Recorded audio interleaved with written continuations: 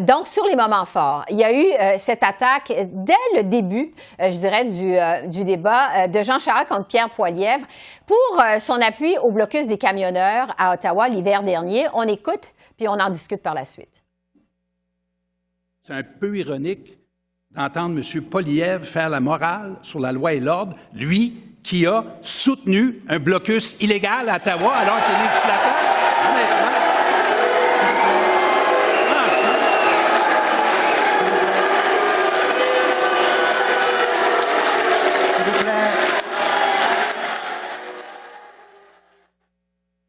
Bon, il faut dire qu'en raison des applaudissements pour Jean Charest dans la salle, il restait plus de temps à Pierre Poilievre pour répondre à cette attaque. Stéphanie, qu'est-ce que vous en avez pensé? Ben, on l'avait vu venir, celle-là. Hein? Ça fait depuis des semaines que M. Charest tape sur ce clou-là. On l'a entendu dire par le passé que la loi, ce n'est pas un buffet, qu'on ne peut pas choisir les lois qu'on décide de respecter et que lorsqu'on est législateur, on doit démontrer finalement l'exemple, ce que M. Poilievre, selon lui, n'aurait pas fait avec le convoi des camionneurs à Ottawa. C'était une ligne d'attaque qu'on avait vue aussi durant les débats en anglais. Je pense que l'auditoire à Laval était peut-être un peu plus friand de ce genre d'attaque-là vis-à-vis de M. Poilievre que ce qu'on avait vu à Edmonton, hein, où M. Charest avait été très fortement hué quand il avait utilisé ce type de discours-là par rapport à M. Poilievre. Donc, on voyait qu'il était en terrain ami ce soir beaucoup plus qu'il y a 2 semaines. Oui, parce que, Yves, la formule du débat permettait pas toujours aussi aux candidats de répondre aux attaques. Qu'est-ce que vous pensez de cette formule? Qu'est-ce que vous en avez pensé ce soir? La formule en anglais était ratée. Celle-là l'était un peu moins, mais n'était pas l'idéal non plus. Parce qu'on s'entend que faire des déclarations de 45 secondes, c'est très court. Ça permet pas vraiment d'exprimer le fond de sa pensée, sauf si on lit un carton.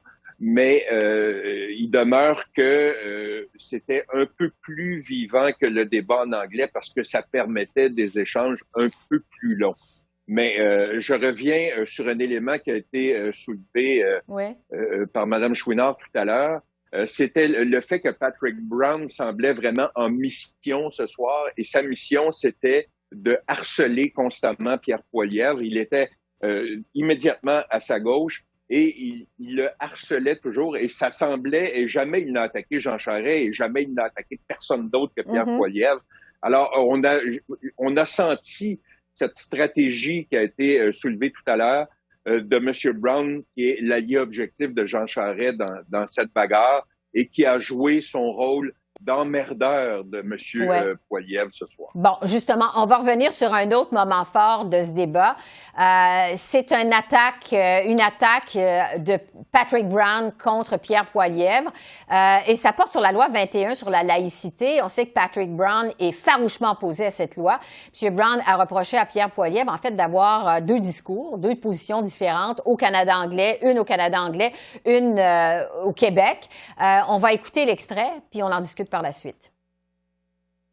L'un des problèmes maintenant est que tu as des gens qui parlent 2 langues dans le Canada. Ils prennent une position à Québec et une autre position dans le Canada anglais. Par exemple, Pierre Poilievre, dans Québec, est contre, et pour la loi 21, mais dans le Canada, il est contre. Pour avoir assez de... pour augmenter le siège dans Québec, ici à Québec, il est pour, mais dans le Canada anglais, il est contre.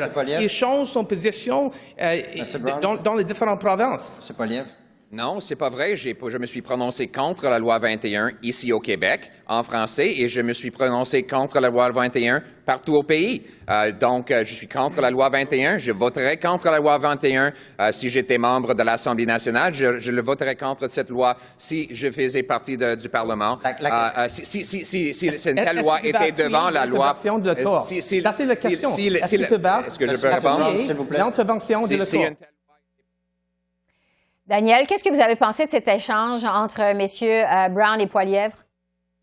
Je pense que Patrick Brown, ici, s'adressait moins, en fait, l'auditoire, pour ça, c'était moins les Québécois francophones, et que c'était sans doute les anglophones qui écoutent, peut-être les francophones à l'extérieur du Québec, mais compte tenu de la relative popularité de la loi 21 au Québec parmi les francophones, je pense que lui, son rôle, c'était de mettre un peu Pierre Poilievre mal à l'aise.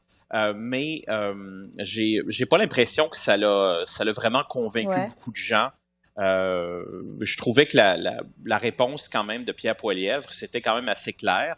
Et dire une chose au Québec et ailleurs au pays, on accuse souvent les politiciens de le faire. C'est pas seulement chez les conservateurs. Mais je sais pas si vraiment Patrick Brown a fait mouche ici avec sa critique. Stéphanie, est-ce que vous êtes surprise, je devrais dire, que Pierre Poilievre ait été aussi attaqué pour sa position sur la loi 21 dans ce débat ce soir? Effectivement, j'ai trouvé ça un peu surprenant. On sait que c'est aussi dans l'air du temps, hein, évidemment. On savait que la loi 21 et la loi 96 allaient probablement prendre une part importante du débat de ce soir. Mais effectivement, ça a été des attaques qui ont été surtout dirigées vers M. Poilievre plutôt que vers M. Charest, ce à quoi je m'attendais dans le cadre de cette partie-là du débat. Ouais. Allons-y avec une autre attaque quand même musclée, moment fort du débat. C'est une attaque de Jean Charest envers Pierre Poilievre sur sa crédibilité à la suite de ses déclarations controversées. Vous allez voir, ça a été assez animé comme échange. On l'écoute, on y revient. Le problème, c'est que comment faire confiance à quelqu'un qui leur parle de Bitcoin, veut congédier le gouverneur de la Banque du Canada, puis qui, sur la loi 21, est pas capable de donner une réponse honnête ce soir. Il ne vous a pas dit que lui, il ne défendra pas la loi 21 pour le fédéral devant les tribunaux. Il ne dira pas ce qu'il ne dit pas au Canada anglais non plus. Puis il n'est pas capable de donner une réponse, parce qu'on est au Québec, une réponse honnête et franche aux femmes du Québec sur l'avortement pour dire est-ce qu'il est pro-choix ou il est pro-vie. S'il n'est pas capable de faire ça, oubliez ça. S'il vous plaît, s'il vous plaît, s'il vous plaît. S'il vous plaît. Monsieur Poilievre, je vais vous donner le droit de réplique, puis ensuite, Monsieur Brown, je vais vous laisser la parole. Oui, mais je me suis déjà prononcé pro-choix. Oui, vous l'avez reconnu dans le débat en anglais. Donc, vous l'avez vu, M. Charest, vous l'avez reconnu que j'avais dit ça. Donc, deuxièmement, je suis contre la loi. Je suis contre la loi 21. S'il vous plaît. Alors, répétez-le. Je serai toujours contre. En français. Et je le dis non, j'ai dit pro-choice. Pro-choix, même chose, anglais, français. Est-ce que ça fonctionne pour vous, M. Charest? Alors, Yves, pendant qu'on est toujours en attente des points de presse des candidats, ça devrait débuter dans quelques secondes, quelques minutes. Qu'est-ce que vous avez pensé de cet échange entre Jean Charest et Pierre Poilievre? Alors, Yves, on y reviendra tantôt parce que il y a maintenant Scott Aitchison qui s'adresse aux journalistes. On va l'écouter. On revient à vous tout à l'heure, Yves. Alors, Yves, allez-y. Il semble que c'est pas M. Aitchison. En fait, il semble que... c'est M. Baber. Non, c'est ça exactement. C'est M. Baber, effectivement.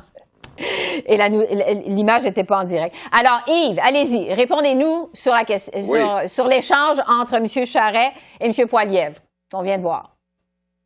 Ça me ramène sur le fait que M. Charest était sur son terrain, excessivement à l'aise, et qui pouvait frapper sur un certain nombre de clous. Parce que, rappelez-vous, après le débat en anglais, M. Poilievre a été critiqué dans tous les éditoriaux à peu près à travers le pays sur sa position concernant le directeur de la Banque du Canada et sur le Bitcoin.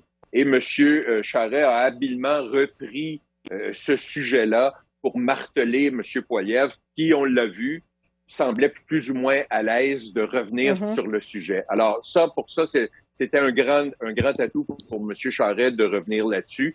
Et il a marqué des points, assurément, parce qu'il a frappé sur les bons clous avec cette question. Oui. Daniel, est-ce que vous pensez aussi que Jean Charest a marqué des points sur cet échange?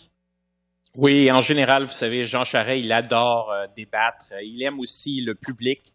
Être dans une salle comme ça, je l'ai déjà vu, il sait très bien comment aussi, je dirais, avoir des attaques vraiment, je dirais, qui sont perçantes et qui... on voit aussi quand même que Pierre Poilievre aime aussi ça, ce genre de débat-là. Et parfois, il s'échangeait des sourires. Je sais pas trop ce que les gens ont pensé de ça, mais c'est comme un jeu, si on veut. Bon, ça peut devenir aussi, ça peut parfois tourner un peu à vide, parce qu'il n'y a pas toujours beaucoup de substance là-dedans. Bon, mais c'était un bon spectacle politique. Oui. Stéphanie, Jean Charest aussi a été attaqué sur la commission Charbonneau. Il a même cité les conclusions du rapport pour sa défense. Est-ce qu'il a été convaincant? Qu'est-ce que vous en avez pensé? C'est certain que la commission Charbonneau, peu importe quelles auraient été les conclusions, c'est un peu un boulet que porte M. Charest dans le cadre de cette campagne-là. Évidemment, bon, il l'avait vu venir, il est arrivé préparé, il a même cité les conclusions, comme vous l'avez dit, verbatim en réponse à Pierre Poilievre, mais c'était assez peu surprenant là, que ça revienne comme l'une des contre-attaques de son principal adversaire. Heureusement, il l'avait vu venir.